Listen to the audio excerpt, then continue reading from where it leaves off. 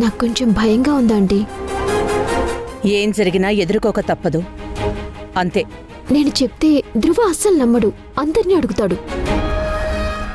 మనకి కావాల్సింది కూడా అదే, వాడందర్నీ అడగాలి. అందరూ మనం చెప్పిందే చెప్పాలి, చెప్తారు కూడా. నిన్నంత డ్రామా అందుకే కదా. అంతే అంటారా? నువ్వు వెళ్ళి మాట్లాడు. నువ్వేది చెప్పాలనుకున్నా కాన్ఫిడెంట్గా చెప్పు. వెళ్ళు.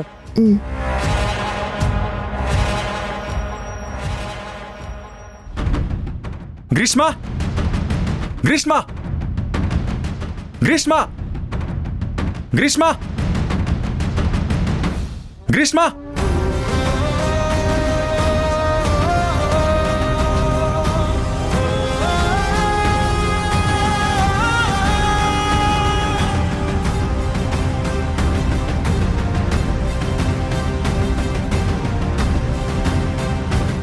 చెప్పు ధ్రువ. నువ్వే చెప్పాలి. నువ్వు పంపించిన వీడియో ఏంటి? ఇక్కడ కొన్ని జరగకూడనివి జరిగాయి. ఇందులో కొత్త ఉంది. నువ్వు వచ్చినప్పటి నుంచి అదే కదా జరుగుతుంది.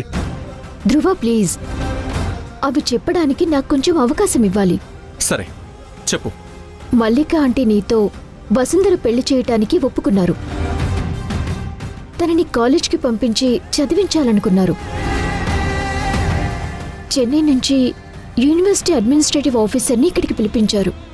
ఆ టైంలో మునుస్వామి అనే తమిళ్వాడు ఇక్కడికొచ్చాడు. వాళ్ళిద్దరూ చాలాసేపు ఏవేవో మాట్లాడుకున్నారు. ఏం మాట్లాడుకున్నారు? వాళ్ళ పర్సనల్ విషయాల్లో నేనెందుకు తలదూరుస్తాను? ఓ, ఇతరుల పర్సనల్ విషయాల్లోకి తొంగి చూడని మహావ్యక్తి. Continue continue. వాళ్ళిద్దరూ ఏం మాట్లాడుకున్నారో నాకు నిజంగా తెలీదు. కానీ డౌట్ వచ్చి దూరం నుంచి వీడియో తీశాను.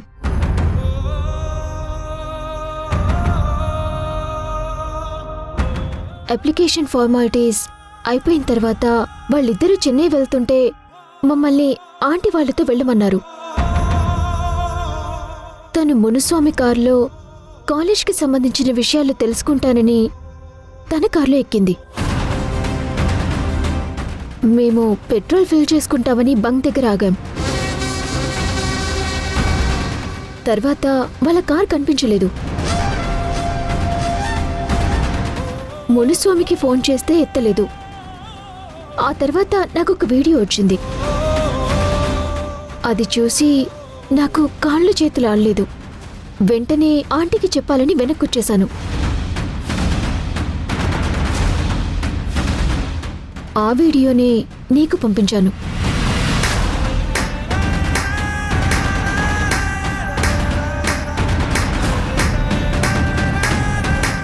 సూపర్ కథ. చాలా చెత్తగా ఉంది. ధ్రువ ప్లీజ్, నన్ను నమ్ము, ఇదే జరిగింది.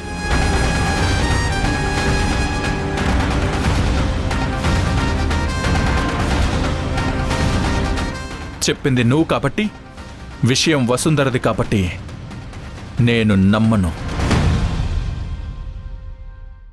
చెప్పు, వసుంధర్ని ఎక్కడికి తీసుకెళ్లి దాచిపెట్టావు? చెప్పు. నేను చెప్పింది ఫ్యాబ్రికేషన్. నువ్వు అల్లిన కథ.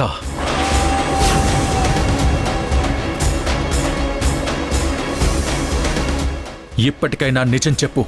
చెప్పు.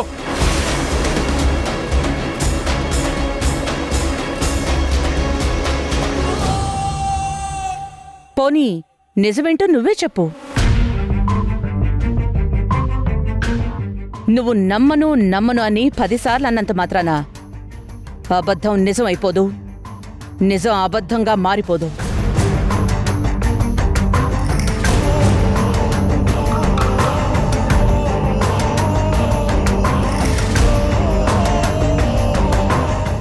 గ్రీష్మని నమ్మవు, నన్ను నమ్మవు. పోనీ నమ్మేవాళ్ళు ఇంట్లో ఉన్నారు కదా, వాళ్ళని అడుగు.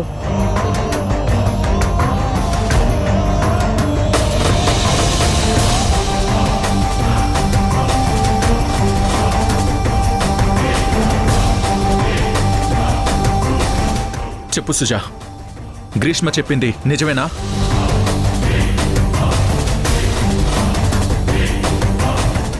మల్లికా మేడం వసుంధరని చదివించాలనుకున్న మాట నిజమే. ఆ విషయం వసుంధరనే మాతో చెప్పింది.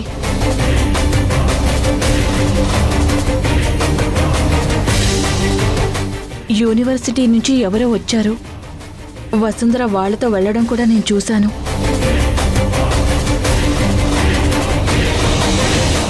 తర్వాత ఏం జరిగిందనేది మీతో పాటు మేము ఆ వీడియోలోనే చూసాం.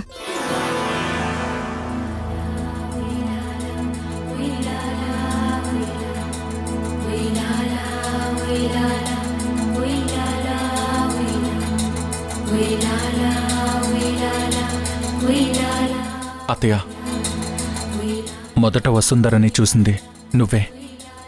ఈ ఇంట్లోకి మనస్ఫూర్తిగా ఆహ్వానించింది నువ్వే. నువ్వు చెప్పత్తయ్య, వసుంధర వాళ్లతో వెళ్ళడం నిజమేనా?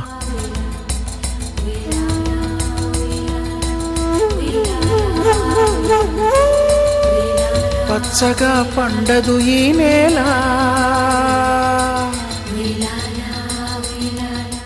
ఇప్పటికైనా నమ్మకం కుదిరిందా? బతుకులా ఉండదు ఏ వేళ,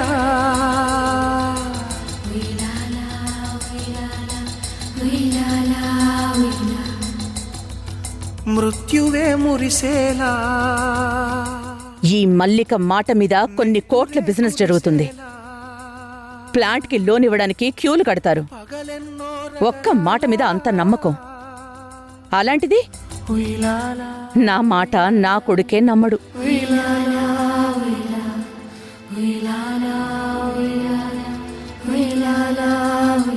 ఇప్పుడు నేనడిగే ప్రశ్నకి నువ్వు సమాధానం చెప్పు.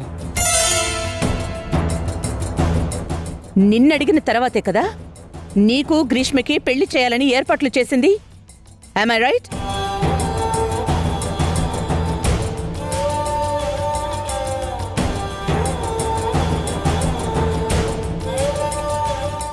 ఎంగేజ్మెంట్ డేట్ కూడా నిన్నడిగే ఫిక్స్ చేశాం, అవునా?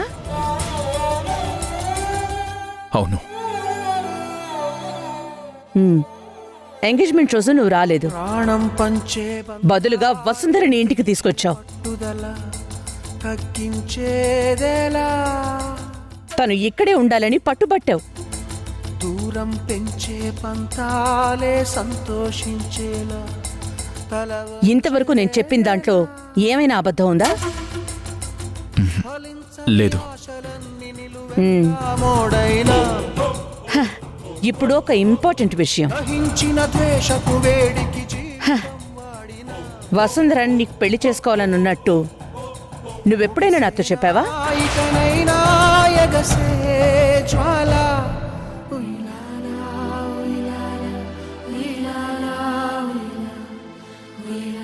నాకింకా ఆన్సర్ రాలేదు ధ్రువా.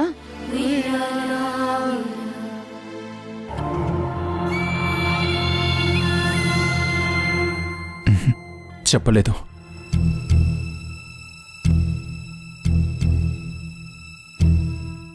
నిజానికి తనని పెళ్లి చేసుకోవాలనే కదా తనని ఇక్కడికి తీసుకొచ్చింది.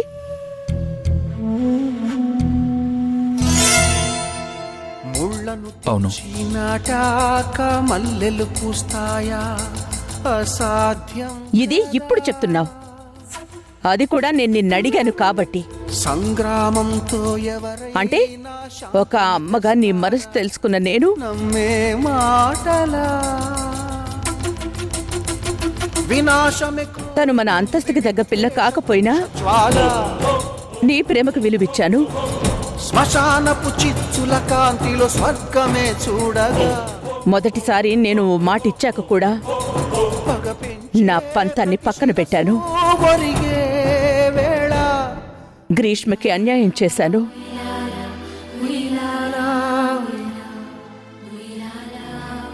ఎవరి కోసం? నీ కోసం, నీ సంతోషం కోసం.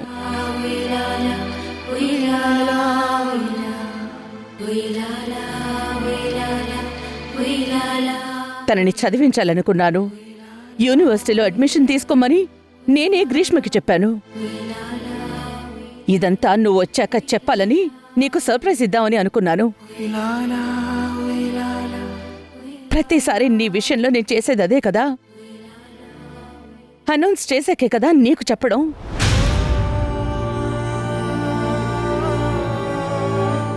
అందుకే ఇకపై నీకన్నీ చెప్పే చేస్తాను. మన బంధాన్ని ఇంత దిగజార్చినందుకో థ్యాంక్స్.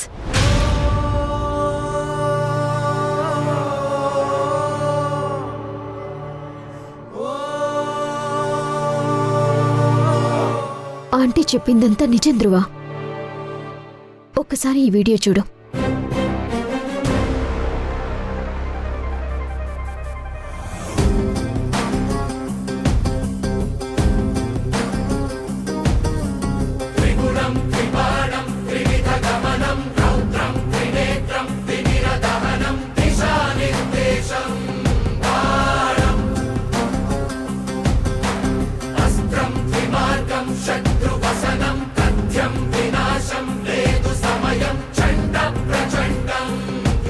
నువ్వు అనవసరంగా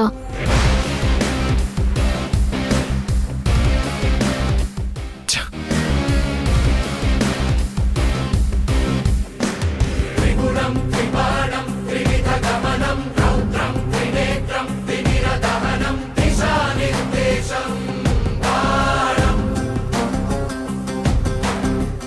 ఆంటీ ఒక్క షాట్తో అందర్నీ క్లీన్ బోల్డ్ చేశారు. Hats off.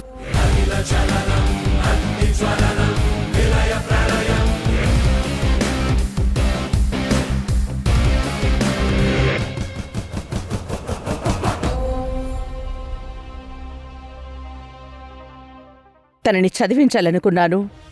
యూనివర్సిటీలో అడ్మిషన్ తీసుకోమని నేనే గ్రీష్మకి చెప్పాను. ఇదంతా నువ్వు వచ్చాక చెప్పాలని నీకు సర్ప్రైజ్ ఇద్దామని అనుకున్నాను. ఇకపై నీకన్నీ చెప్పే చేస్తాను. మన బంధాన్ని ఇంత దిగజార్చినందుకు థ్యాంక్స్.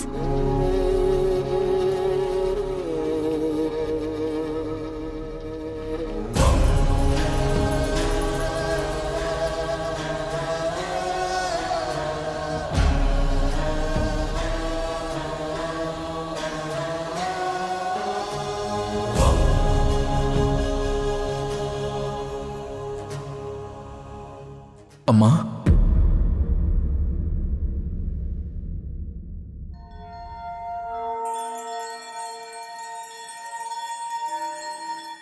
ఐఎమ్ సారీ అమ్మా. నిన్ను బాధ పెట్టిన దానికి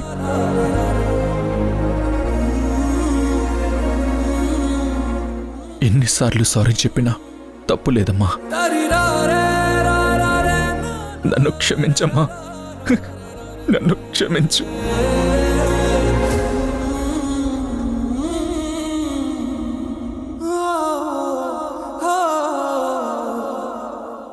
చిన్నప్పటి నుంచి నిన్ను చూసి చూసి నువ్వే నాకు ఐడియల్వి.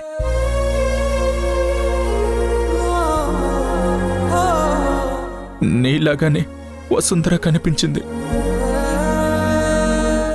నీ మంచితనం తన దగ్గరుందమ్మా. నీ మొండితనం కూడా తన దగ్గరుంది. ఒక్కసారి తను నిర్ణయం తీసుకుంటే దేవుడొచ్చి చెప్పినా తను వెనకడుగు వేయదు. బహుశా అదే తనకి నన్ను దగ్గర చేసింది.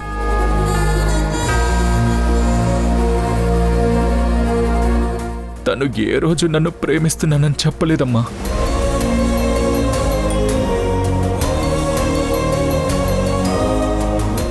నేను తన్ని పెళ్లి చేసుకుంటానన్నా తను సంబరపడలేదు.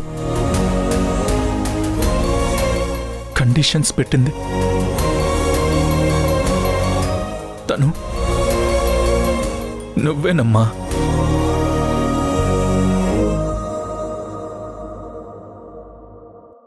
అందుకే నాకు తెలియకుండానే తనలో ప్రేమని వెతుక్కున్నాను. తనని పెళ్లి చేసుకుంటానని నీకు చెప్పకపోవడం తప్పేనమ్మా. ఎంగేజ్మెంట్ రోజు గ్రీష్మను వదిలేయడం తప్పేనమ్మా. అది పూర్తిగా నా తప్పమ్మా,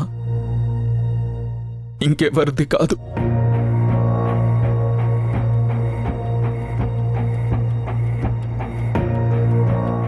అమ్మా, నన్ను క్షమించమ్మా.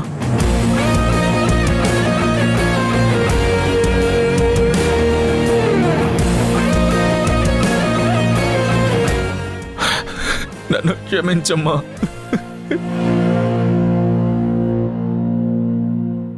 ధ్రువ, ఇచ్చుడు.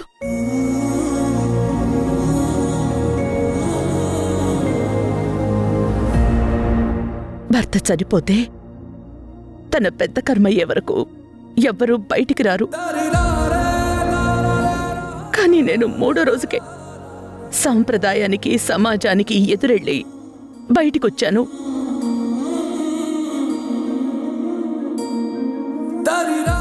ప్రతాప్ చనిపోయాక మన కంపెనీని ఆక్రమించుకోవాలని చూసిన వాళ్ళకి ఈ ఆస్తి మీద నా కొడుక్కి తప్ప ఇంకెవ్వరికీ హక్కు లేదు అని చెప్పడానికి. రేపు నాకేదైనా జరిగితే ఒక్కళ్ళు కూడా నీ దరిదాపుల్లోకి రాకుండా ఆ రోజు నుంచి నీ చుట్టూ ఒక కంచెలాగా ఉన్నాను.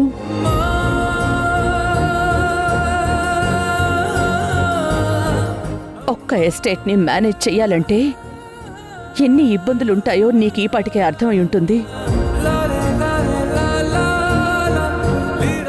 అలాంటిది 15 కంపెనీలు మనల్ని తొక్కేయాలని చూస్తున్న తోడేళ్లు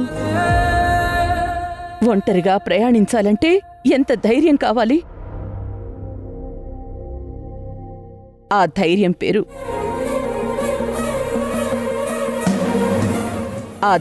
పేరు ధ్రువ, నా కొడుకు.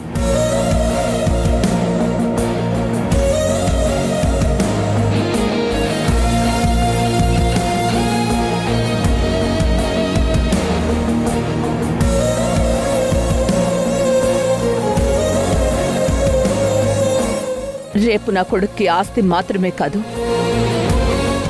ఏదైనా ఒక గుర్తింపునివ్వాలని ఒక్కో అడుగు నీ చేత వేయిస్తున్నాను.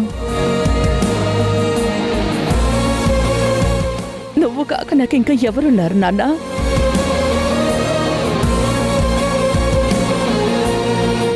నువ్వు అడగకుండానే నేను నీకు చాలా చేస్తాను. అలాంటిది నీ సంతోషం ఒక దాంట్లో ఉంది అని తెలిసాక దాన్ని నీకు దూరం చేస్తానా? నేను అమ్మన్రా.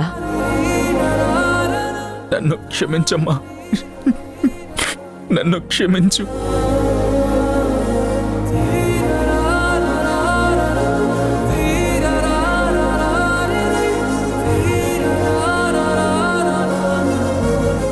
లే, చూడు, ఇలా నేను నిన్ను చూడలేను. అమ్మా, నువ్వు నన్ను ఎలా చూడాలనుకుంటున్నావో నేను అలాగే ఉంటానమ్మా.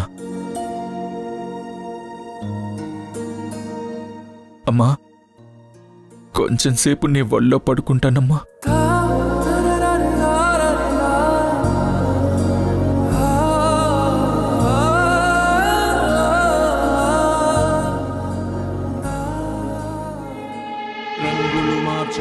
లోకం పాచికలాడే న్యాయం, రంగులు మార్చే లోకం పాచికలాడే న్యాయం, కన్నులు కప్పి తిరిగే పాడేరా కప్పట్టాలి. అంతా మంచి జరుగుతుంది.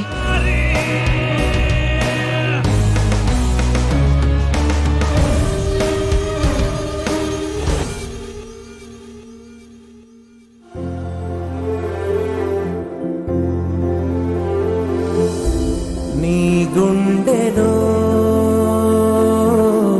నిజమైనది, నేను నా ఇష్ట ప్రకారం మునిస్వామి గారితో వెళ్తున్నాను. కళ్ళెదురుగా కలైనది, కోరావుగా ఒకే ఆశ ఆశ అది నీది కాదేమో బహుశా ఈ బాధ కోస్తూ సార్ టీ తీసుకోండి. ఓర్చేదెలా? మీరేం అనుకోనంటే ఒక మాట చెప్పొచ్చా? ఏంటి? నాకు పెద్దగా మాట్లాడడం తెలీదు బాబు. ఉన్నది ఉన్నట్టు ముఖం మీద చెప్పడం మాత్రమే తెలుసు. ఎందుకో ఈరోజు మిమ్మల్ని ఇలా చూస్తుంటే ఒక మాట చెప్పాలనిపిస్తుంది. మీరు మిగతా ఆడపిల్లలానే వసుంధరను తీసుకునొచ్చారనుకున్నాను. తనకు మీరిచ్చిన స్థానం వేరని నిదానంగా అర్థమైంది. కాని తనలాంటి అమ్మాయి మీకు సరిపోదు బాబు.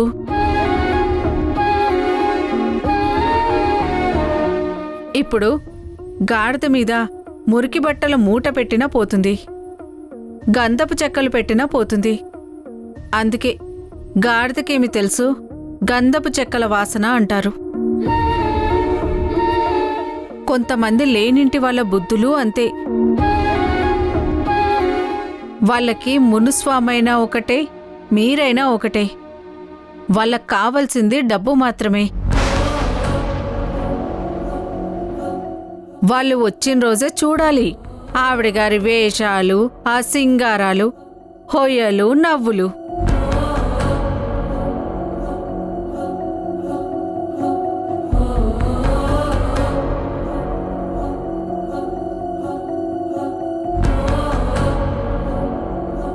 బాబాయ్, నేను చెన్నై వచ్చేసాను బాబాయ్. మొన్న రాత్రే వాళ్ళు తమిళనాడు చేరుకున్నారు. చాలా జాగ్రత్తగా ఉండమని చెప్పు. తను పారిపోయే ప్రమాదం ఉంది. అలాంటిదేం జరగదు మేడం. ఎట్టి పరిస్థితుల్లోనూ ఆ వసుంధర బయట పడకుండా చూసుకోమను.